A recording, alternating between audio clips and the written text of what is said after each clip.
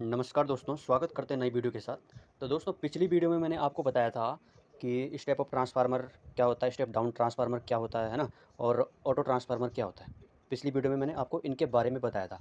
तो मैं next video आपके लिए आज लेके आया हूँ। थोड़ा-सा कुछ न्यूमेरिकल मैं आपके लिए लेके आया हूँ।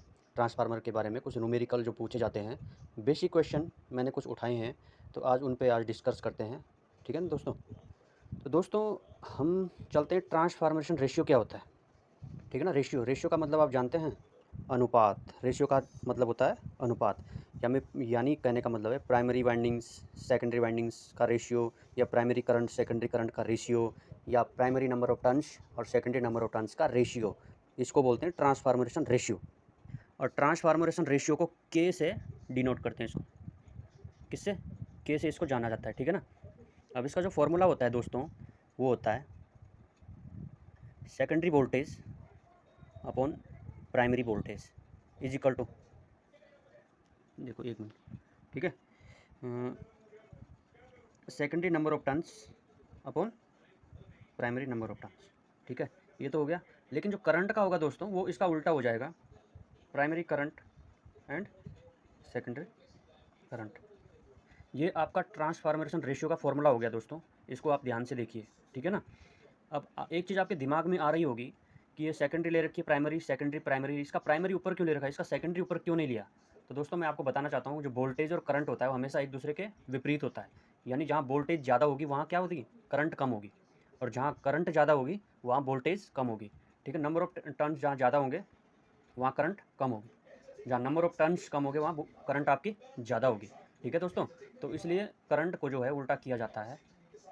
तो अब हम कुछ न्यूमेरिकल पे चलते हैं। तो दोस्तों, बात करते हैं, जैसे कोई क्वेश्चन है, क्वेश्चन उठाता हूँ मैं कोई सा भी। जैसे किसी ट्रांसफार्मर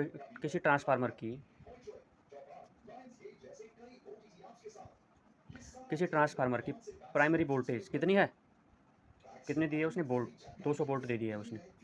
ठीक हो गया। प्राइमरी वोल्टेज उसने 200 दे दी है। प्राइमरी नंबर ऑफ टर्न्स उसने दे दिया है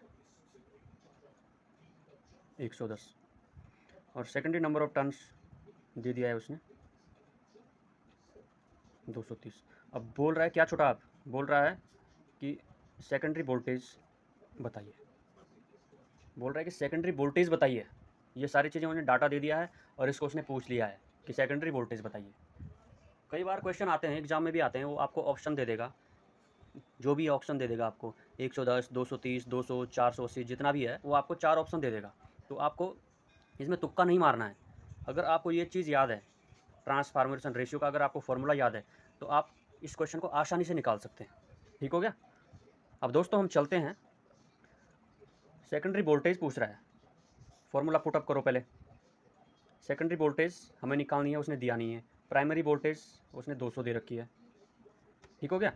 और प्राइमरी नंबर ऑफ टर्न्स कितना, सेकेंडरी नंबर ऑफ टर्न्स 230 है, और प्राइमरी नंबर ऑफ टर्न्स 110 है। बस निकल गया आपका। अब देखो, क्रॉस मल्टीप्लाई कर दो, कितना हो जाएगा, 23 दूनी, सेकेंडरी वोल्टेज हो जाएगी आपकी, ये ऊपर चला जाएगा, सेकेंडरी वोल्टेज 110 बराबर 23 दूनी 46, और 2 रिक 3 जीरो 3 जीरो। ठीक हो ना। अब secondary voltage is equal to हो जाएगा बटे 110। इससे इसको कट करोगे कितना आएगा फिर, 11 चौको 44, 11 1 11 11 कितना है, 418 वोल्ट। तो क्या निकला आपका ये वी एस, कितना निकला, यानी वी एस बोले तो सेकेंडरी वोल्टेज कितनी निकली, 418। 418 निकल गया। तो ये कौन सा ट्रांसफार्मर होगा, स्टेप अप होगा स्टेप डाउन होगा? अगर वोल्टेज की फॉर्म में बात करें तो देखो, वोल्टेज प्राइमरी वोल्टेज कितनी है, 200 है, सेकेंडरी 418 है, तो इसका मतलब है स्टेप अप ट्रांसफार्मर है। कौन सा है, ये आपका स्टेप अप ट्रांसफार्मर है दोस्तों।